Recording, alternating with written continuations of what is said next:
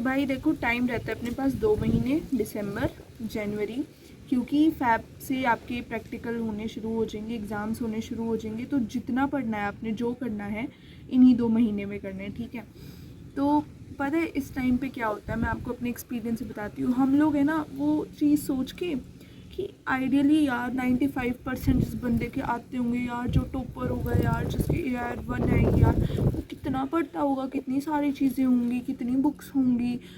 मन करता है NCERT भी सॉल्व कर लूँ, है ना, और अपना क्वेश्चन बैंक भी सॉल्व कर लूँ, PYQs भी सारे लगा लो, सैम्पल पेपर तो आ गए हैं यार, कितने सारे सैम्पल पेपर है, कौन सा लूँ, क्या करूँ, कौन सा लगाऊँ। पता है क्या होता है, हम ना इतनी सारी चीज़ें सोच सोच के वो समझ ही नहीं पाते करना कितना है, आएगा कितने में से। देखो एक चीज़ तो मुझे समझ आ गई थी, ये जो सिचुएशन बताई है ना ये मेरी रह चुकी है। तो एक चीज़ तो मैं बताती हूँ कि फ़र्क नहीं पड़ता आप कितना ज़्यादा करते हो, फ़र्क इस बात से करता है कितनी चीज़ को आप अच्छे से करते हो, ठीक है। Quality always matters over quantity, ठीक है, इस बात को हमेशा याद रखना। तो सबसे पहला पॉइंट तो यही है कि पिक योर रिसोर्सेज वाइजली, क्योंकि आपके पास अभी टाइम सिर्फ 2 महीने का है। इस 2 महीने के अंदर अगर आप इस चीज़ में रह गए कि मेरे को ये भी करना है, ये भी पढ़ना है, ये भी कर लूँगी मैं, ये भी कर लूँगी, तो नहीं होगा। सिंपल सी चीज़ है, आप पहले डिसाइड कर लो सिर्फ इतनी चीज़ें मैं पढ़ूँगी, इसके बाहर मैं कुछ नहीं पढ़ूँगी, इसी में से होगा, और उसकी मल्टीपल रिविजन्स करूँगी। Multiple revisions is the key. देखो अब आपको करना कितना है, तो बेसिक सा पहले तो मैं इस चीज़ का अलग से एक सेपरेट वीडियो भी बनाऊंगी, किस सब्जेक्ट का कितना, किस किस चीज़ में से आपको पढ़ना है। लेकिन मैं बेसिक ओवरव्यू दूँ ना, अगर आपको सभी सब्जेक्ट का, 10th का हो 12th का हो, CBSE बेस करती है NCERT बुक्स पे। ये बात जब मैं 10th-12th में थी, जब मुझे कोई और बोलता था ना, तो मुझे लगता था यार क्या बकवास कर रहे हैं, हमारे स्कूल के टीचर्स ऐसा ऐसा पेपर देते हैं, NCERT से तो कुछ दिखता ही नहीं है, क्या बोल रहे हैं ये। पर नहीं, वो बात ठीक थी। ये बात मेरे को अपने 12th के पेपर में, मतलब मैथ्स का पेपर था, तब जाके मुझे ये चीज़ रियलाइज़ हुई थी। वो भी मैं बताऊंगी कुछ कुछ गलतियाँ जो मैंने करी थी। तो पर एक बात यही है कि पहले अपने रिसोर्सेज को लिमिट करो। आप NCERT की बुक्स पढ़ो, ठीक है, उनको आप लिमिट कर लो, ठीक है। ये NCERT की बुक्स है, इसका एक चैप्टर मैंने पढ़ रखा है, इसका सिलेबस ये मैंने कवर हो रखा है। अगर नहीं हो रखा, सिलेबस लेके बैठो, उसको कवर करो। अब जब मैं रिवीजन से शुरू करती हूँ, 2 महीने में आइडियली आपकी रिवीजन चल रही होनी चाहिए। अगर नहीं चल रहा तो मुझे बता देना, मैं उसकी भी वीडियो बनाऊँगी। तो हम कहाँ थे, हम थे कि वो रिवीजन कैसे करनी है ना। तो बात आती है, सबसे पहले आपने अगर नोट्स बना रखी हैं तो आप पहले उन्हें रिवाइज़ करो, और अगर नहीं बना रखे तो आप शॉर्ट में सारे जितने भी चैप्टर्स हैं उनकी YouTube से वीडियो देखो, ठीक है। आप मतलब डेली का टारगेट सेट करो हर सब्जेक्ट का, कि हर एक सब्जेक्ट का एक दिन में मुझे एटलीस्ट एक चैप्टर ख़त्म करना है। And this is possible, I am telling you, this is possible. हो जाता है भाई, सारी चीज़ें छोड़ दो, सब हो जाएगा। इंस्टा, फेसबुक, जो भी चीज़ें होती है यार, सब छोड़ दो और पढ़ाई पे बैठ जो, सब हो जाता है, ठीक है। डेली का 1 घंटा, अगर आप 1 घंटा, देखो आपको सोच के बैठना है, 1 घंटे का टाइमर लगाओ, हाँ मुझे इस 1 घंटे में इस सब्जेक्ट का ये चैप्टर कंप्लीट करना है और करना है। मतलब ये जब सोच के आप बैठोगे ना, तो क्या होगा, दिमाग में ना और कुछ रहेगा नहीं। उस 1 घंटे तक आपके दिमाग में वो टारगेट सेट हो जाएगा, जी 1 घंटा है, इसी में ख़त्म करना है। ऐसे करके पहले तो आपने बैठना है। अगर आपका सिलेबस कंप्लीट नहीं है, उसको बैठो लेके, उसको करो, ख़त्म करो उसको, अब टाइम नहीं बचाए। और अगर आपका हो गया तो बहुत अच्छी बात है, हो जाना चाहिए, और हो गया होगा, ठीक है। और अगर आप रिवीजन तो आपको पहले करनी पड़ेगी एक बार पूरे सिलेबस की। 10 दिन का टाइम फ्रेम लो, इस 10 दिन के टाइम फ्रेम के अंदर हर सब्जेक्ट का हर एक चैप्टर आप ढंग से पढ़ लो। मुझे नहीं लगता किसी भी चीज़ के 10 से ज़्यादा चैप्टर है, होंगे ज़्यादा से ज़्यादा 12 चैप्टर होंगे, 13 होंगे, 15 होंगे, किसी ना किसी सब्जेक्ट में 15 से ज़्यादा चैप्टर तो नहीं होंगे, ठीक है। तो अब आपको करना क्या है, आप अपने लिए शेड्यूल तैयार करो 12 दिन का। उन 12 दिन के अंदर डेली हर सब्जेक्ट का 1-1 घंटा निकाल के बैठो, और हर सब्जेक्ट का एक चैप्टर की रिवीजन लो एकदम थोरोली। जितना पढ़ सको उस चैप्टर के बारे में, उस टॉपिक के बारे में, जितना अच्छे से। NCERT is the key. NCERT को अंडरलाइन कर करके पढ़ो, यूट्यूब की वीडियो से पढ़ो, अपने नोट से पढ़ो, जहाँ से पढ़ना है पढ़ो, पर उस चैप्टर का हर एक टॉपिक आपके दिमाग में एकदम यहाँ पे बैठा है, आंखें बंद करके पूछ लोगे ना तब भी बता देंगे। इतने अच्छे से आपको आना चाहिए वो चीज़ें, ठीक है। फिर आती है उसके बाद रिविज़न। आपने पहले अपनी पूरी रिवीजन एक बार कर ली है। रिवीजन अब दूसरी कौन सी होगी आपके क्वेश्चन सॉल्व करने से, क्योंकि सीधी सी बात है क्वेश्चन आएंगे। तो इसमें ना हर एक चीज़ की अलग अलग, हर सब्जेक्ट की अलग अलग स्ट्रैटेजी होती है, देखो किस में क्या चीज़ हमें करनी चाहिए। लेकिन अगर मैं आपको ऐसे ओवरऑल बताऊँ ना, तो हमारे पास 3-4 चीज़ें होती हैं, सैम्पल पेपर, PYQs, ठीक है, क्वेश्चन बैंक, और हमारे पास आ जाते हैं हाँ यही चीज़ें हैं, क्वेश्चन बैंक हो गया, सैम्पल पेपर हो गया, PYQs हो गया।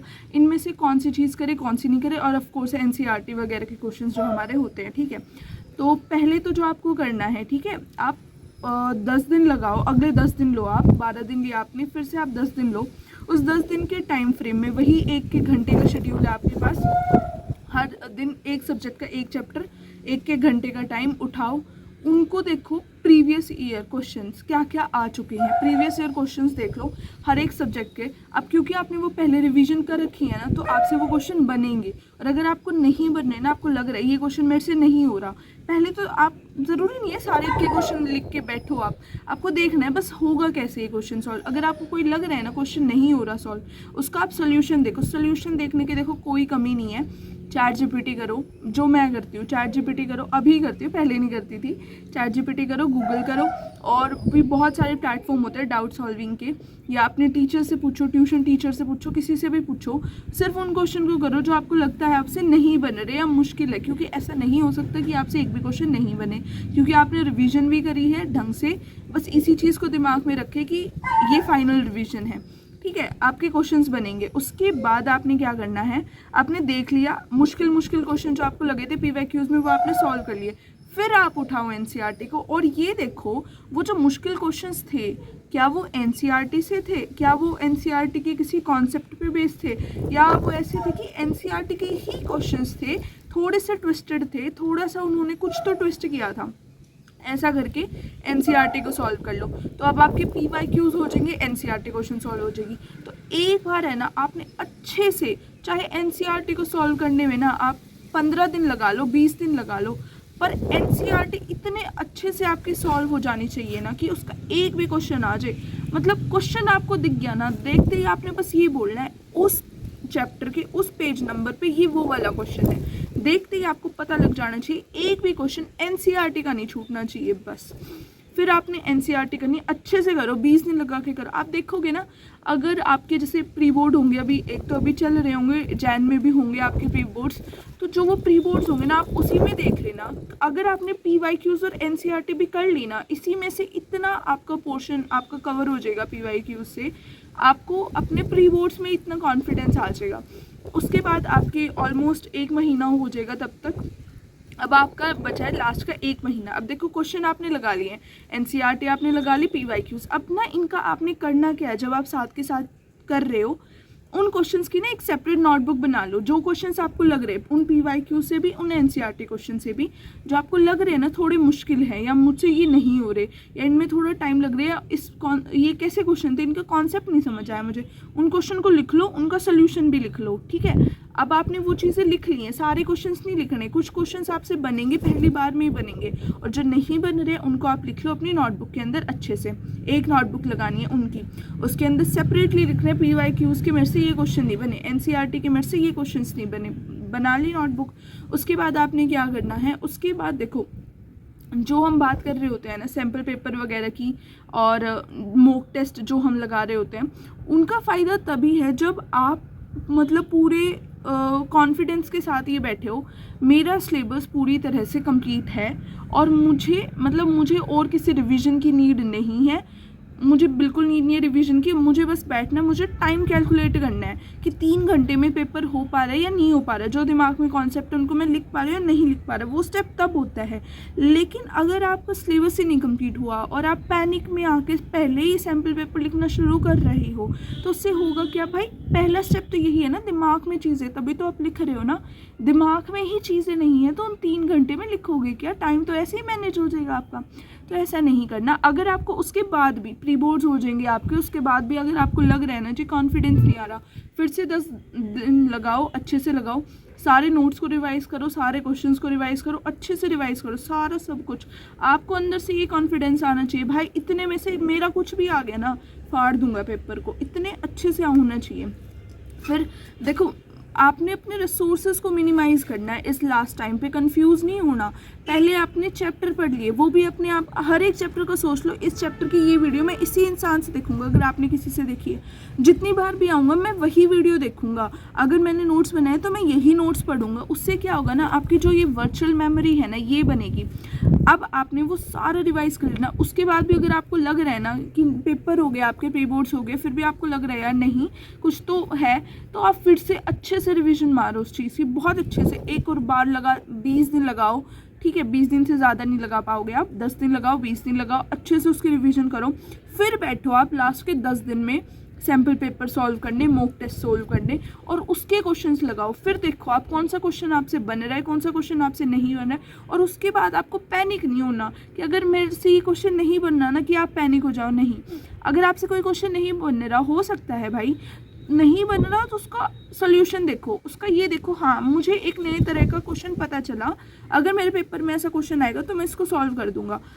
वो क्वेश्चंस आपके पास, कुछ सेट ऑफ क्वेश्चंस आपको मिल जाएंगे उन पेपर से, ठीक है, उनको आप उठाओ, अपनी उस नोटबुक में लिख लो। अब आपने करना क्या है, जब आपके पेपर आ जाएंगे उससे मतलब जो उनकी पहली छुट्टियां होती हैं ऑलमोस्ट 10-5 दिन पहले, ठीक है, बीच की छुट्टियों की बात नहीं कर रही मैं, पेपर से उनके शुरू होने से 10-5 दिन पहले आपने वो जो क्वेश्चंस हैं, अपने सारे क्वेश्चंस को अच्छे से देख लेना है, कौन सा क्वेश्चन कैसे होगा, उनके शॉर्ट नोट्स बना लो उन क्वेश्चंस के, और अपने नोट्स को ना रिवाइज करते रहो, चलते चलते रिवाइज कर रहे, उठते बैठते देख रहे, पढ़ रहे भाई, यही होता है, पढ़ना पड़ेगा भाई, कोई शॉर्टकट नहीं होता, पढ़ना ही पड़ेगा। आप उठ रहे उठते ही अगर आपके सामने फ़ोन के अलावा नोटबुक नहीं है ना, कुछ नहीं होगा, पढ़ना पड़ेगा, ठीक है। अब चलते चलते आपको दिमाग में चलना चाहिए, यार ये क्या देख रही हूँ मैं, मेरा नोट्स पढ़ सकती हूँ मैं, ये बैठी कैसे हूँ मैं, नोट्स पढ़ सकती हूँ मैं अपने। अच्छा ऐसे तो मैं एक काम करती हूँ ना, रिकॉर्ड कर लेती हूँ, अपनी आवाज़ चलते चलते सुन लूँगी। अच्छा ट्यूशन से आते आते ना मेरा टाइम वेस्ट हो जाता है, कुछ मैं ऑडियो सुन सकती हूँ, अपने फॉर्मूलेज जो है ना वो लिख के उनको बोल के अपनी ऑडियो रिकॉर्ड कर लेती हूँ, चलती चलती ना सुनती आऊँगी, उनको वो याद होंगे। और ऐसा होता है और ऐसा करना पड़ता है, यही है डू और डाई। तो इतना ही था आज के लिए। तो आपने अपने प्रॉपर नोट्स बनाने हैं, रिवीजन करनी है, क्वेश्चन सॉल्व करने हैं, रिसोर्सेज को कम रखो पर उन्हें अच्छे से सॉल्व करो, अच्छे से सारा काम करो। अच्छा, और अपने ना शॉर्ट क्वेश्चंस की आपका एक बंडल बन जाना चाहिए पेपर से पहले कि इन यही क्वेश्चंस है जो मैंने अच्छे से करे हैं, उन्हीं क्वेश्चन से आपने लॉजिक फॉर्म करना है। उसके बाद आप बहुत सारे क्वेश्चंस कर लो, नहीं मैंने जो बताया ना आपसे PYQ से क्वेश्चंस और आपके NCERT से क्वेश्चन, ज़्यादा से ज़्यादा आप NCERT एग्जाम्पलर के क्वेश्चन देख लो, उन्हीं से वो सारे क्वेश्चन कवर हो जाते हैं, ठीक है। फिर आप सैम्पल पेपर के अकॉर्डिंग कुछ सैम्पल पेपर ले लो, उसमें से देख लो कि हाँ इसके अकॉर्डिंग ये क्वेश्चन आ सकते हैं।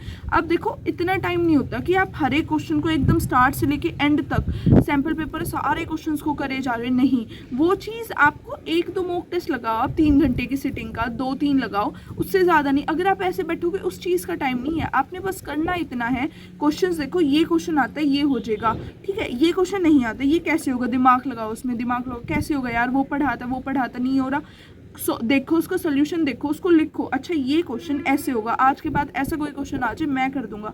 तो यही स्ट्रैटेजी होती है, ठीक है, इसको आप फॉलो करो, अच्छे से फॉलो करो मन लगा के। और देखो लास्ट में मैं एक और बात बोलूँगी, शॉर्टकट नहीं होता, पागलों की तरह पढ़ना पड़ेगा, सब भूल जाओ, जो भी है सब भूल जाओ, उठ रहे हैं बैठ रहे, दिमाग में चैप्टर के अलावा रिवीजन के अलावा कुछ चलना नहीं चाहिए, तब हो जाएगा, बिल्कुल हो जाएगा। बट अगर इससे अलावा आप बोल रहे हो ना मैं सो भी लेता हूँ जी, मैं गेम भी चला लेता हूँ, तो नहीं होगा, सॉरी जी।